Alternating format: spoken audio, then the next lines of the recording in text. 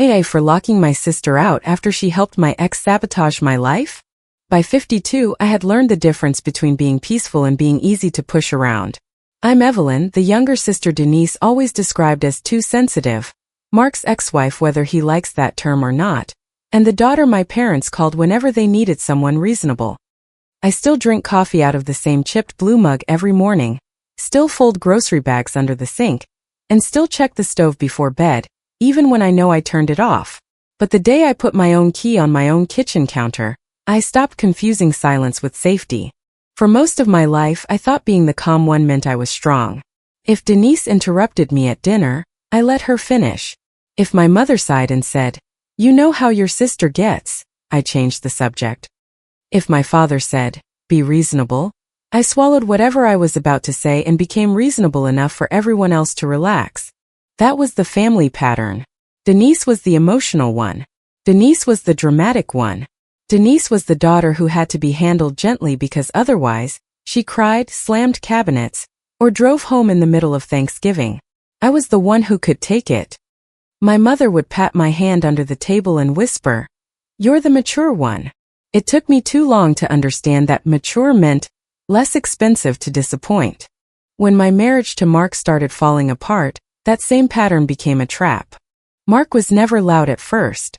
That was what made him dangerous. He didn't storm through the house screaming. He used calm words and tired smiles. He said things like, "I'm not attacking you, Evelyn. I'm trying to help people understand what living with you has been like." He would say it so softly that if I got upset, I looked like the problem. By the time the divorce papers were even discussed, my family had already heard his version. According to Mark, I had become cold. I shut him out. I punished him with silence. I cared more about control than love. I never appreciated how patient he was. When I tried to explain that his patience only appeared in public, Denise tilted her head like I was a child making excuses. "I'm not taking sides," she told me one afternoon while I stood in my old kitchen with my phone pressed to my ear and a half-pack drawer open in front of me. "But maybe if you weren't so bitter, everyone wouldn't be so worried." "Worried about me?" I asked. "Or tired of hearing me?" She sighed. "There you go.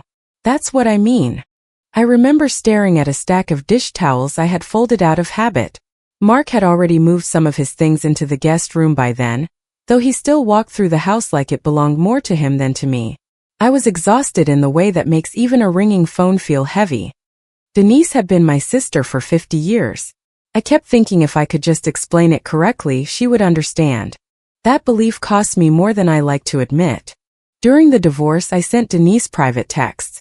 Not dramatic ones. Not threats. Nothing I would be ashamed of in the way Mark wanted everyone to believe. They were the kind of texts you send to someone you still think loves you. I wrote, "I'm scared he's going to turn everyone against me." I wrote, "I don't know how to keep defending myself without sounding crazy." I wrote, "I'm so tired I almost signed something today just to make the arguing stop." Denise answered with little hearts and lines like, "Just breathe, and we'll figure it out." Then she would call my mother and tell her I was spiraling. Later I learned she did worse than that, but at the time I only knew that every time I confided in my sister, Mark seemed to know exactly where to press next. My parents did not help. My mother, Linda, cried through every conversation as if my divorce was something happening to her. She said, "Forgiveness has to start somewhere," though Mark had not apologized for anything specific. She said, "Don't make this ugly," though it was already ugly in every room where nobody believed me. My father, Robert, was more direct. "Let him have what he wants within reason," he told me one evening. "Within whose reason?" His voice hardened. "Don't start. You're not a girl anymore. Handle this like an adult." "I am handling it like an adult. I have a lawyer." "That's what I mean. You're turning it into a war." Mark had asked for things he had no right to ask for. He tried to make me look greedy while quietly pushing for more than he admitted to anyone else. He wanted pieces of accounts that were separate, items he had already taken, and emotional access he no longer deserved. Every time I objected, Denise said I was proving his point. My mother left me a voicemail one morning that I saved without knowing why. "Evelyn, honey, please just let him have what he wants so this doesn't embarrass us. Your father didn't sleep well last night. Denise is worried sick. We are all tired. Can't you just be kind for once? Played it twice. The second time I stopped crying. That was the first small change. I stopped trying to sound wounded enough to be believed. I started making folders. First it felt petty. I saved screenshots. I saved voicemails. I printed emails. I kept copies of the divorce paperwork in a plain folder with a rubber band around it. I changed passwords, checked my credit, closed old accounts, and opened new ones where Mark's name had never been typed. When Mark texted something manipulative, I stopped answering with paragraphs. I took a screenshot and wrote back, "Please send legal questions through counsel." When Denise sent me a message saying, "You're breaking Mom's heart," I saved it and did not respond. When my father left me a voicemail saying, "This family is not going to be dragged through your bitterness," I saved that too. I did not know then that those records would matter years later. I only knew I needed some version of the truth that did not shake when people raised their voices. The divorce ended. Not cleanly, not kindly, but it ended. Mark kept acting like the word ex was a temporary inconvenience. At family events I stopped attending, he still asked my parents about me. Denise still referred to him as part of the family in a way. My mother said that was gracious. I said it was strange. My father told me not to be small. So I became smaller in their lives. I stopped going to dinners where Mark might drop by. I stopped explaining why Denise's little comments hurt. I stopped answering calls after 9 at night. I stopped being the emergency listener for people who had not listened to me when I was drowning. The first year was lonely. The second year was quieter. By the third year, I had a routine that did not require me to brace for impact every time my phone lit up. My friend Alyssa was one of the few people who stayed steady. She did not make grand speeches. She showed up with takeout, sat on moving boxes when I was between places, and told me when I was being too gentle with people who had learned to weaponize my patience. Once, after I read her one of Denise's messages, Alyssa said, "They don't want your forgiveness. They want your floor plan." At the time I laughed because I thought she was exaggerating. She was not. The house I bought was not grand. It had 2 bedrooms, a tiny laundry space where the door scraped the floor, and a kitchen window that looked out over a plain little backyard.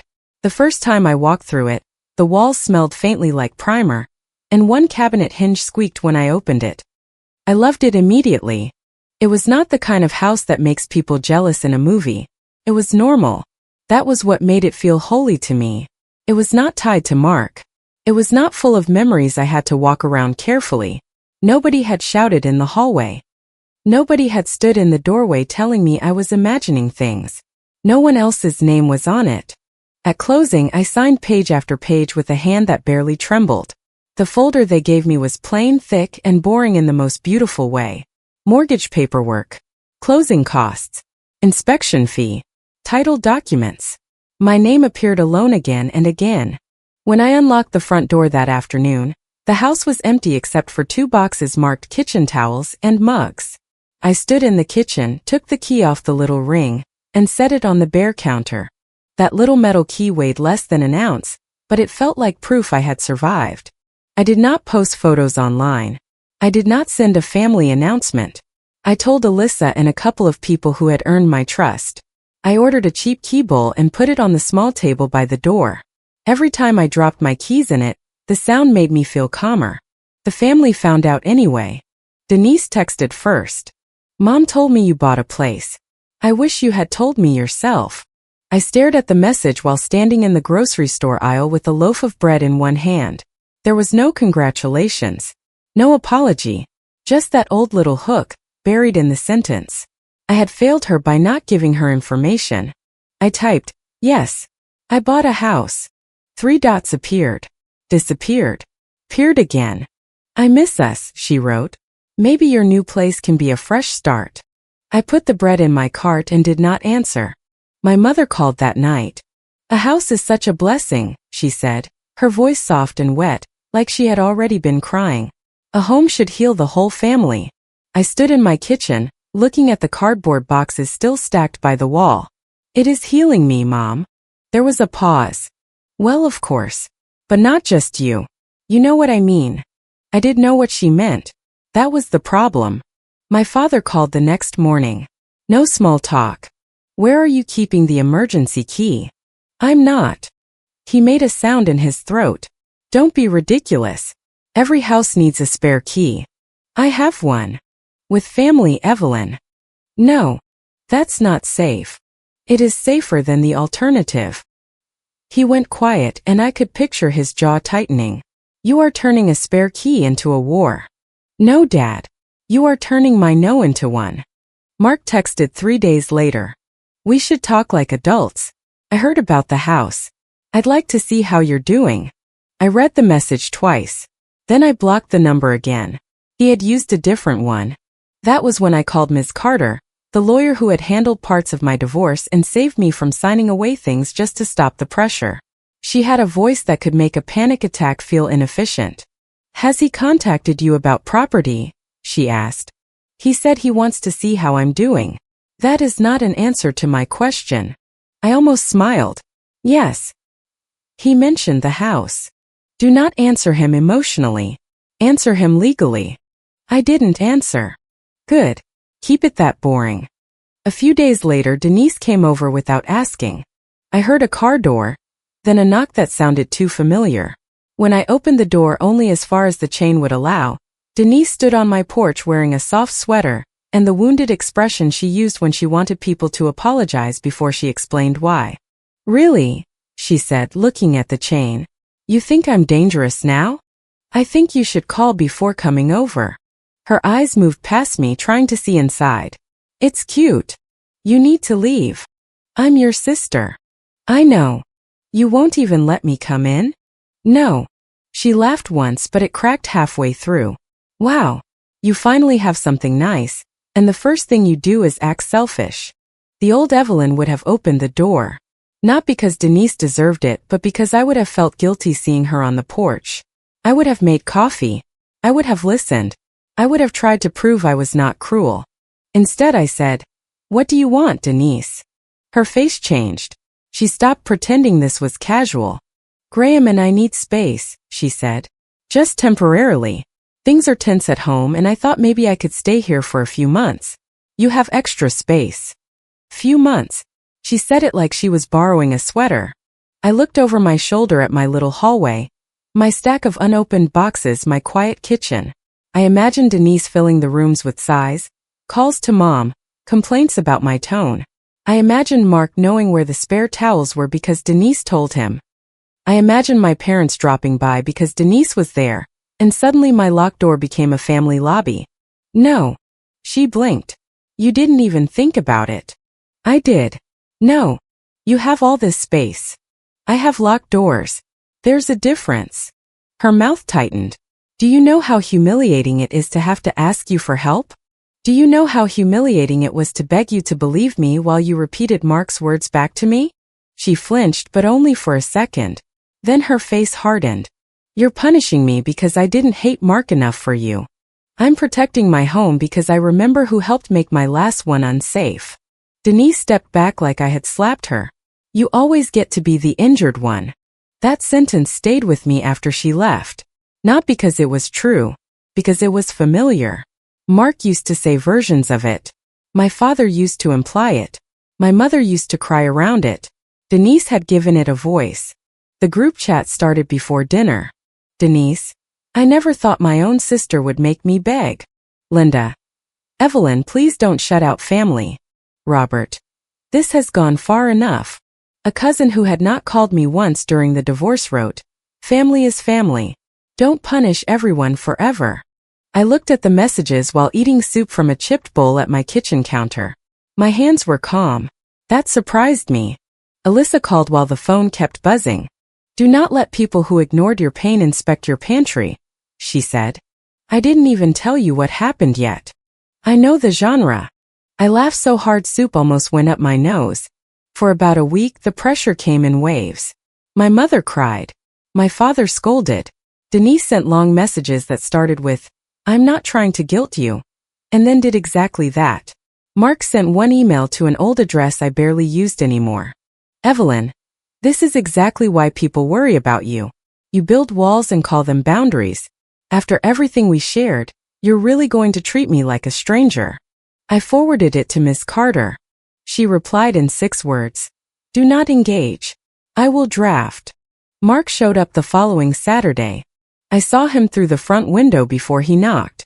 Same careful posture. Same calm face. He stood too close to the door, like he expected it to open for him. I stepped outside instead and pulled the door shut behind me. His eyes flicked to the lock. You changed it. It's my door. I came to talk like adults. No, you came without an invitation. He smiled with only half his mouth.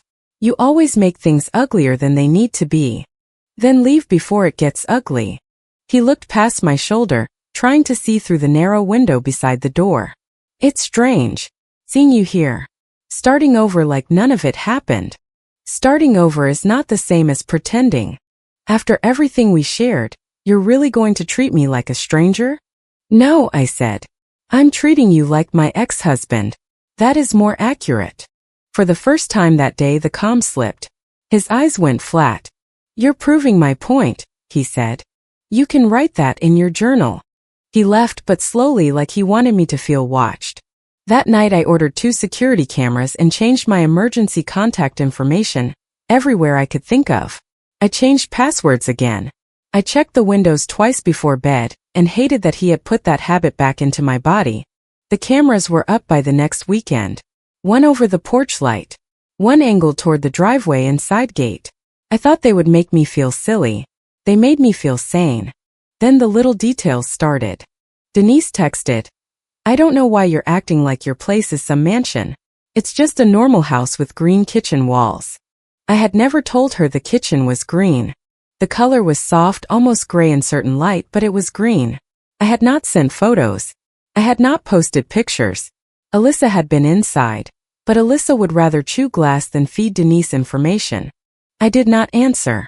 2 days later Mark emailed, That new back lock is a bit much, don't you think? I stood in the laundry area reading that message, my skin cold. The new back lock had been installed after he came by. There was no way he should know about it unless he had seen it. Then my mother called and asked too casually, Your father wondered if the mortgage is just in your name, or if you put someone else down for safety. I said, Why would Dad wonder that? Oh, he just worries. You know him. No, Mom. Who told you to ask? She got quiet. Then came the sigh. Evelyn, must everything be an interrogation? The problem with people who spy is that they always get too comfortable with information they are not supposed to have. That night I checked the camera footage. At 11:43 p.m. 2 nights earlier, Mark's car rolled slowly past my driveway, headlights off for the last few feet before he parked along the curb. He got out wearing a dark jacket and walked up the side of the house. He did not knock. He did not call. He leaned toward the back gate, looked at the door, and stood there long enough for the camera to catch him turning his head toward the kitchen window. Across the street for 6 minutes, another car sat with its lights dimmed. Denise's car. I watched the clip 3 times. My pulse stayed steady until the 3rd time, when I noticed Mark point toward the back of the house before Denise's car pulled away. He was not visiting. He was inspecting. I saved the footage in 3 places. The next morning, I met Miss Carter in her office and set my folder on her desk. It had grown thicker over the years. She put on her reading glasses and went through it without dramatics. Deed, title page, mortgage paperwork, bank records from my separate account showing the down payment, closing costs, inspection fee, and first mortgage payment. Emails from Mark, screenshots from the group chat, camera stills. When she got to the footage, her mouth tightened. People like this count on you responding like a daughter, a sister, or an ex-wife, she said. You need to respond like the sole legal owner. I don't want a war. A boundary is stronger when it is boring, written, and repeated. She drafted a letter stating Mark had no right to enter, inspect, access, or discuss my property with me directly. Any matter related to divorce or property had to go through counsel. It also warned that further uninvited visits would be documented. Do not soften this, she told me as I was leaving. They will call a locked door cruelty because they benefited from the unlocked one. I went home and made coffee in my chipped blue mug. Then I did something I had avoided for 3 years. I opened the old divorce folder on my laptop. There were files in there I had not touched since the final papers were signed. Screenshots, emails, scanned documents, voicemail transcripts. I had saved them because some frightened part of me knew the truth might be needed later, but I had never forced myself to look at everything in one sitting. I searched Denise's name. First, it was what I expected. Messages from her calling me bitter. Group chat screenshots. A few emails where she copied my mother and asked everyone to pray for peace, which meant pray that I would stop objecting. Then I found an email chain I had forgotten because at the time, I had only seen Mark's forwarded response in a document request. I opened it and felt the room go quiet around me. Denise had written to Mark during the divorce. If she thinks mom and dad are disappointed in her, she'll give in faster. Don't push too hard in writing. Let them do it. I read the sentence until the words stopped looking like words. Below it, Mark had replied, "Your dad already called her?" Denise wrote back, "Yes. Mom will follow up. Evelyn hates feeling like she's the problem." My hand moved to my mouth. Not in shock exactly. In recognition. I opened another file. A forwarded text. One I had sent Denise late at night during the worst week of the divorce. "I'm so tired I almost signed something today just to make the arguing stop." Denise had forwarded it to Mark with the note, "She's closer to breaking than she sounds." There was more. Evelyn always needs to be the injured party. Make her feel like she's hurting the family, and she'll sign just to stop being the problem. I pushed my chair back so fast it scraped the floor. It would almost have been easier if they had been having an affair. At least then I could have named it quickly. This was uglier because it wore the face of family concern. Denise had not misunderstood Mark. She had helped him. My older sister had taken the weakest things I had ever admitted to her and handed them to the man using them against me. I sat at the kitchen table until the light outside changed. I did not cry at first. Then I did, but quietly, with one hand flat on the folder like I was keeping it from disappearing. The grief was not only about Denise. It was about my parents too. In those emails, there were references to calls my father had made right after Denise spoke to him. There was one line from Mark that said, "Robert saw enough to know she's being unreasonable, right?" Denise had replied, "Dad won't say it directly, but he knows. Mom just doesn't want it discussed." They knew enough. Not everything, maybe, but enough. That mattered. Neutrality stops being neutral when it always lands on the same person's back. I printed the emails. I printed the forwarded texts. I printed the voicemail transcript from my mother. I printed the lawyer letter. I printed the deed and the title page where my name appeared alone. I clipped the bank records behind them. I put everything in a large envelope and wrote nothing on the outside. Then I sent one message in the family group chat. My house is not a family topic. Nobody has permission to come over without an invitation. Nobody has permission to ask for keys, access, lodging, or financial details. Any contact from Mark about property or divorce matters goes through my lawyer. I did not add a heart. I did not apologize. I did not explain. The replies came fast. Denise, unbelievable. Linda, honey, this is not how families heal. Robert, you need to call me. Mark emailed. A lawyer? Really? This is exactly what I had to live with. A cousin wrote, there are two sides to every story. I muted the chat and put my phone face down.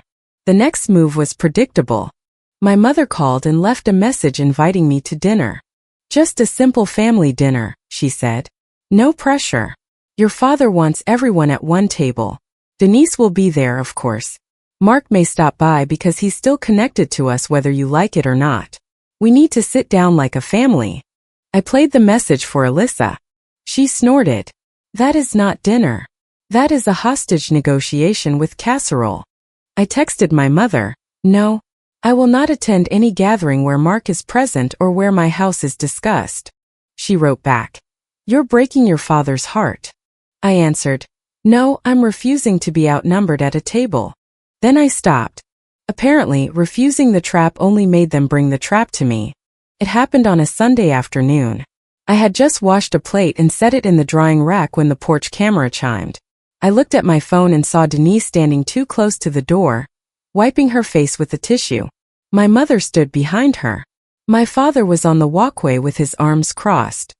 Mark leaned against his car in the driveway, phone already in his hand. My stomach dropped, but my mind went clear.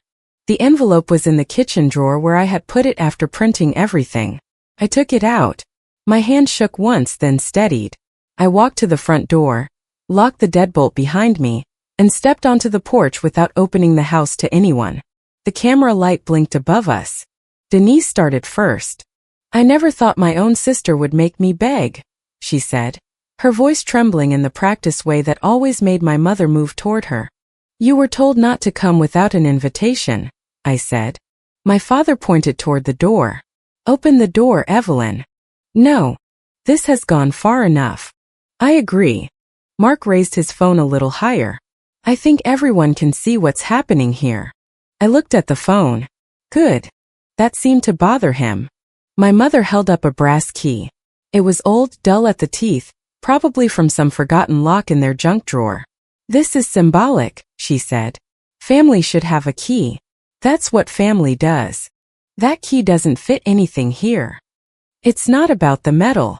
A key is access, not affection." Denise wiped her cheeks. "You would really let your sister suffer while you sit in this big empty house? It has 2 bedrooms. You know what I mean." "Yes. You mean I have something you want." Her face twisted. "You always do this. You make people sound ugly when they ask you for basic kindness." Mark stepped closer, still recording. "You always wanted to punish people. This house is just another way to do it." I turned to him. "Funny. I was about to say the same thing about you." He smiled for the camera. "This is exactly what I mean. This anger. This need to control the narrative." I opened the envelope. My father huffed. "What is that supposed to be?" "The reason this conversation ends today." I pulled out the deed first and held it so the names were visible. "Mine. Only mine. This is the deed. This is not a family home. This is not marital property. This is not an emergency shelter for people who plan their stay before asking me. This house belongs to me." Denise rolled her eyes through tears. "Nobody said it didn't. You did, when you told Graham I owed you a place to stay." Her face changed too quickly. My mother looked confused. "Who told you that?" "Not Denise." I placed the deed back into the envelope and pulled out the mortgage paperwork. These records show the down payment, inspection fee, closing costs, and mortgage payments came from my separate account. No family money. No Mark money. No Denise money. Mark lowered his phone an inch. "Nobody is disputing your paperwork. You came to my house recording me because I would not let you inside. You do not get to pretend paperwork is beside the point now." My father's face flushed. "You're too old to be acting like this." "I was old enough to survive what you helped with." That hit something. His eyes flicked to Denise. She started crying louder. "I was trying to keep the family together." "No," I said. "You were trying to be the favorite witness." Then I pulled out the email. Mark saw it before Denise did. His phone dropped to his side. I read enough of it out loud for everyone to understand. "If she thinks Mom and Dad are disappointed in her, she'll give in faster. Don't push too hard in writing. Let them do it." The porch went silent except for a car passing somewhere behind Mark. Denise's tears stopped like someone had turned off a faucet. My mother whispered, "What is that?" "An email from Denise to Mark during my divorce." Mark recovered first. "That's out of context." I looked at him. "That sentence has carried a lot of dishonest relatives and manipulative ex-husbands, Mark. It's not carrying you onto my porch." His jaw tightened. Denise reached for the paper. I pulled it back. "You forwarded my private texts to him," I said. "I was scared for you." "No. You wrote, 'She's closer to breaking than she sounds.' That is not fear. That is strategy." Linda put a hand to her chest. "We didn't know everything." I turned to her. "No. But you knew enough." She shook her head. "Evelyn, please don't do this in front of everyone. Everyone is 4 people and 1 phone." Mark stopped recording with. My father snapped, "Don't speak to your mother that way." "You mean clearly? You're being cruel." The past arrived on my porch asking for a key. I'm allowed to identify it.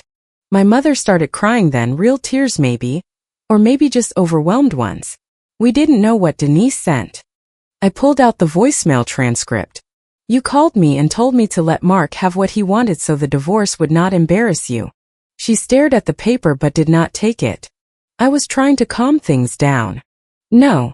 You were trying to make my pain quiet enough for you to enjoy dinner. My father looked older in that moment. Not softer. Just older. You could have told us. I did. You called it bitterness. Denise found her voice again, thinner now. I made mistakes, but you're acting like I destroyed your life. You helped him try. I'm your sister. And I was yours when you sent him my private messages. She looked at Mark then like she expected him to rescue her. He was staring at the ground. That was the moment I knew the old arrangement had cracked. Denise had always been safest when someone else carried the blame. Mark could not carry it for her without admitting his own part. My parents could not protect her without admitting what they had ignored. For once, the room was not tilted in her direction. Except we were not in a room. We were on my porch outside my locked door under my camera. I took out the lawyer letter last. This letter has already been sent to Mark. It states that he has no right to enter, inspect, access, or discuss this property with me directly. The footage of him near my side gate at night has been saved. The footage showing Denise's car across the street has also been saved. Denise whispered, "You have cameras?" "Yes." Mark's head snapped up. I was in the area. At 11:43 p.m., near my back gate with your headlights off? He opened his mouth then closed it. Miss Carter had told me not to make threats. She told me to state facts. So I did. Any further uninvited visit will be documented. Any attempt to enter this property will be handled legally. Any contact from Mark comes through my lawyer. Denise is not staying here. Mom and Dad are not getting a key. This topic is closed. Linda clutched the brass key. I don't even recognize you anymore. The sentence hurt less than I expected. You recognized me just fine when I was useful. My father took a step forward. Evelyn. No, I lifted my hand. No is still the answer when you bring witnesses. Denise started crying again, but it had changed. It was not performance anymore. It was panic. So that's it, she said. You're choosing a house over your family? I'm choosing the truth inside my own house over lies on my porch. Mark muttered. You're proving why I left. I looked at him one last time. You did not leave because I was unstable. You left because I stopped being easy to corner. His face went red. He looked at the camera, then at my father, then at his phone like he was deciding whether he could salvage any of this. He couldn't. Not there. I stepped back to the door. The door stays locked, I said. That is the answer. Then I went inside. My hand shook only after the deadbolt turned. I stood in the entryway with my forehead against the door for a few seconds, listening to the muffled voices outside. Denise crying. My mother whispering. My father saying something sharp to Mark.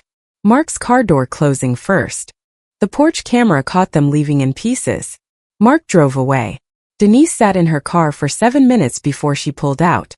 My parents stood in the driveway arguing quietly, then left with the brass key still in my mother's hand. I saved that footage too. The group chat exploded within the hour. Denise wrote, I cannot believe you humiliated me like that. Mark wrote from a new number, you proved everything I've ever said about you. Linda wrote, this family is destroyed. Robert wrote, call your mother. A cousin wrote, whatever happened, airing dirty laundry is wrong. I sent one message. I did not destroy this family by naming what happened. I stopped letting the people who harmed me use the word family as a master key. I will not discuss the house I bought alone with people who helped my ex-husband pressure me during my divorce. Do not contact me to negotiate my boundaries. Then I muted the chat again. Not deleted. Muted. There is a difference. Deleting would have been dramatic. Muting was peaceful. Miss Carter sent a firmer follow-up letter to Mark after I forwarded the footage and the porch recording. The language was dry, direct, and beautiful. One more uninvited visit would be documented as harassment. No property discussion. No contact outside counsel. The letter did what years of pleading had not done. It made my no expensive to ignore. Mark stopped showing up. He sent one more email full of phrases like healing, closure, and concern, and Miss Carter answered it for me. After that silence, Denise's consequence arrived from a direction I did not expect. Graham texted me 2 days after the porch confrontation. Denise told me you had agreed to let her stay while we worked things out. Now she says you backed out. I don't appreciate being dragged into your family drama. I read the message while standing barefoot in my kitchen, waiting for toast to pop up. Of course she had already planned it. Of course I had been assigned the role of solution before I was ever asked. I replied once. Denise lied to both of us. I never agreed to house her. Do not contact me about her housing again. He wrote back. She said you owed her. I did not answer. I screenshotted it and put it in the folder. Denise sent a long apology a week later. It arrived at 1:12 a.m., which told me she had either been drinking, crying, or both. She wrote that she was sorry I felt betrayed. She said Mark manipulated everyone. She said she had been under pressure too. She said she never meant to hurt me that badly. She said sisters make mistakes. She said she hoped I would not let paperwork erase blood. I sat with the phone in my lap for a long time. Old Evelyn would have replied immediately, carefully, with soft edges. She would have praised the apology for existing. She would have made it easier for Denise to feel brave instead of accountable. I typed slowly. If you want a relationship with me, you can start by naming what you did without explaining why I made you do it. No visits without invitation. No access to my house. No discussion of Mark. No private information shared with anyone else. No relationship resumes because you need something. She did not answer for 3 days. Then she wrote, I don't know how to talk to you anymore. I replied, honestly would be new. My mother called many times. I let most of them go to voicemail. The one time I answered, she cried so hard I could barely understand her. Can't you just be kind for once? She asked. I looked around my kitchen. A spoon in the sink. The chipped blue mug on the counter. A stack of mail by the key bowl. Ordinary things. Mine. I was kind for years, I said. You called it reasonable because it benefited you. Your father is devastated. Dad is angry that I won't obey him. That's not fair. No. It's accurate. She sniffed. Do you want us out of your life? I want accountability in it. She had no answer for that. My father did not apologize. He sent one text. You went too far. I wrote back. You stood on my porch with my ex-husband and ordered me to open my door. Remember that before you decide where too far begins. He did not respond. A few relatives reached out quietly. One cousin admitted she had not known the details and apologized for commenting in the chat. An aunt sent a short message saying, I should have asked you what happened instead of telling you to forgive. I appreciated those messages. I did not turn them into reunions. Other relatives thought I was cold. That was fine.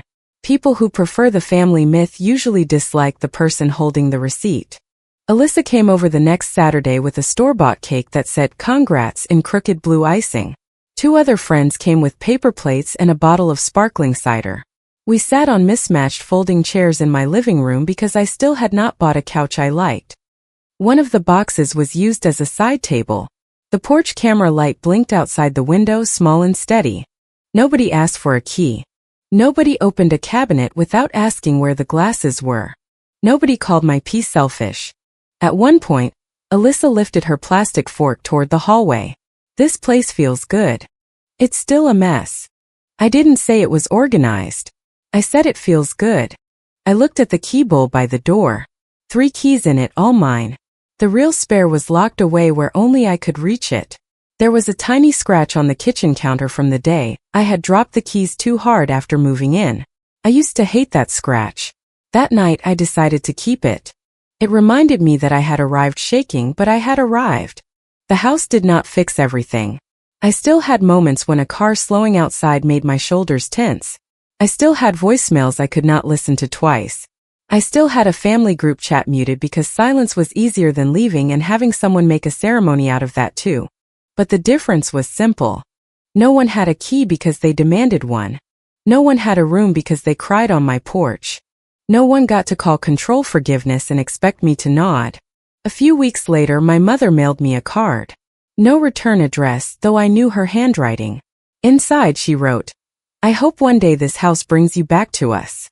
I placed the card in the folder, not because it was evidence of something legal, but because it was evidence that she still did not understand. The house had not taken me away from them. It had given me somewhere to stand while I stopped disappearing. Denise is still not allowed over. Mark is still blocked and routed through Miss Carter if he tries anything. My parents do not have a spare key, an emergency key, a symbolic key, or a say in who crosses my threshold. Sometimes that makes me sad. I won't pretend it doesn't. Boundaries do not erase grief. They just stop grief from becoming an open door everyone else can walk through. On quiet mornings, I still drink coffee from the chipped blue mug. I still fold grocery bags under the sink. I still check the stove before bed. Then I drop my keys into the little bowl by the door and hear that small, solid sound. My revenge was not ruining anyone. It was refusing to be useful to people who only called it family when they wanted access. For the first time in years, I slept through the night without wondering who I had to forgive just to keep a place at someone else's table. If you liked it, don't forget to leave a comment and support the channel by subscribing. See you in the upcoming stories.